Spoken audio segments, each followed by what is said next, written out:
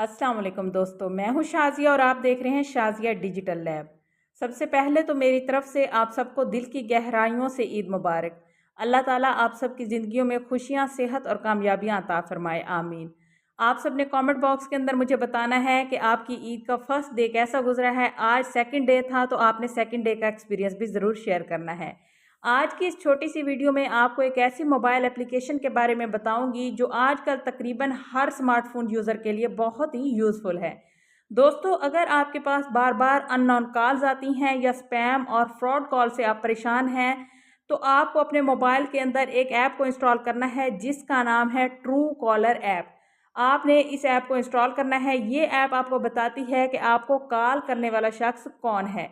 यानी अगर आपके पास नंबर सेव नहीं भी है तब भी अक्सर कॉलर का नेम आपको शो हो जाए। इसके अलावा आपको इस ऐप का ये फ़ायदा होगा कि आपको स्पैम कॉल्स की वार्निंग मिल जाएगी। फेक कॉल से बचने में आपको मदद मिलेगी और इम्पोर्टेंट कॉल मिस होने के चांस कम हो जाएंगे। इस ऐप को यूज़ करना बहुत ही आसान है। बस आपने गूगल प्ले स्टोर को खोलना है और वहाँ पर जाके आपने सर्च करना है ट्रू कॉलर ऐप और इस ऑफिशियल ऐप को आपने इंस्टॉल कर लेना है। आज से ही इस ऐप को इस्तेमाल कीजिए। स्पैम कॉल और फ्रॉड कॉल और फेक कॉल से बच जाइए।